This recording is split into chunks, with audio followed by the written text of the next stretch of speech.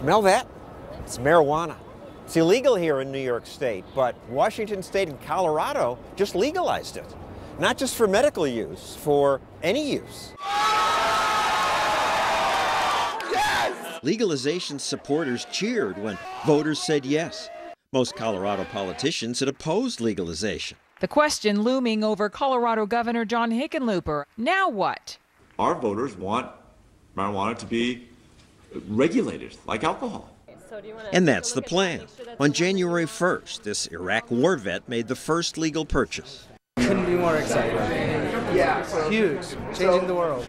Changing it for the worse, say those who once ruled over the drug war. We're incentivizing heavy use in the marketplace. Kevin Sabet worked for 3 presidents, most recently in President Obama's drug czar's office. He says Colorado will soon realize its mistake. If we go to Colorado in the next month, we'll start seeing the problems. We're already seeing the problems. Some kids have gotten a hold of marijuana, but there haven't been many problems. Denver looked normal. It was hard to tell if anyone was high. Easier to see who seemed drunk. Go Broncos! But there's no longer a war on weed in Washington or Colorado. The war kills people, runs over people. You know what? Let's end the war in a different way. Better prevention, a much better law enforcement. We've been trying better law enforcement for decades. Not at the scale we need. Not at the scale? For 40 years, America has spent $1 trillion trying to fight drugs. Police still make an arrest for marijuana possession every 48 seconds. What does it say about America that we lock up more people than any other country? We should be ashamed about it, but that doesn't mean that we replace one tragedy of incarceration with what would be a public health tragedy of legalization. Today, not all police officers agree. Law enforcement's job is to protect people from each other. We can't protect them from themselves. For 36 years, Tony Ryan was a cop in Denver.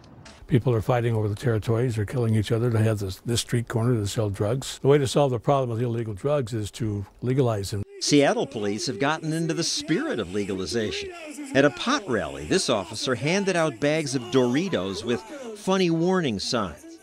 We thought you might be hungry, but don't shotgun weed to people under 21.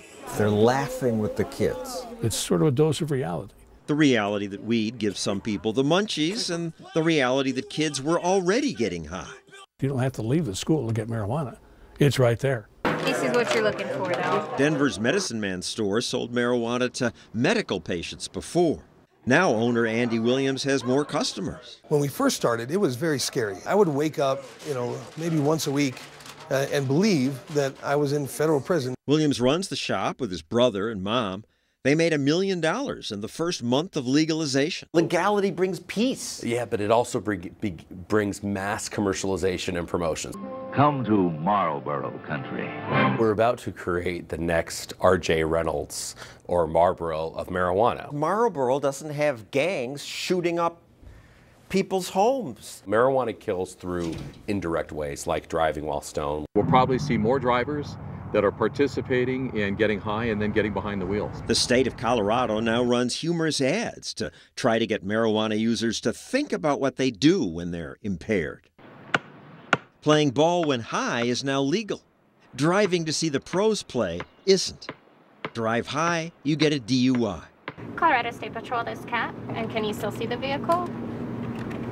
Okay. Colorado asks motorists to report reckless drivers. When the trooper makes the stop, they look for signs of impairment. With alcohol, you can use a breath test to see how drunk someone is, but there's no comparable measurement for marijuana. Blow hard. A blood test would show marijuana use. We may have to take an individual to a hospital or other medical facility for that. But even then, a sober person might test positive for marijuana because marijuana can stay in your blood for a week.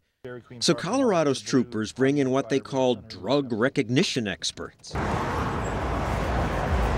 Don Nadeau says he's been trained to understand marijuana's effects on people. You might see their eyelids have tremors, or their actual body has tremors, bloodshot, watery eyes. This car blew through a stop sign. The trooper then smelled alcohol. Did you have anything to drink while you were there? A couple hours ago. Okay. What did you have? I had a whiskey. A whiskey? Yeah. She runs the driver through a series of tests called roadsides. These tests are the same whether they suspect the driver is stoned or drunk. From that position, okay? 1, 2, 3. This driver passed the test, so she let him go. With marijuana now legal, some worry stoned drivers will cause more deadly car accidents. But so far, that hasn't happened. Others feared a reefer madness crime wave. Debauchery, violence, murder. But that hasn't happened either. In Denver, crime is down. We're here, we're doing it, we don't see reefer madness.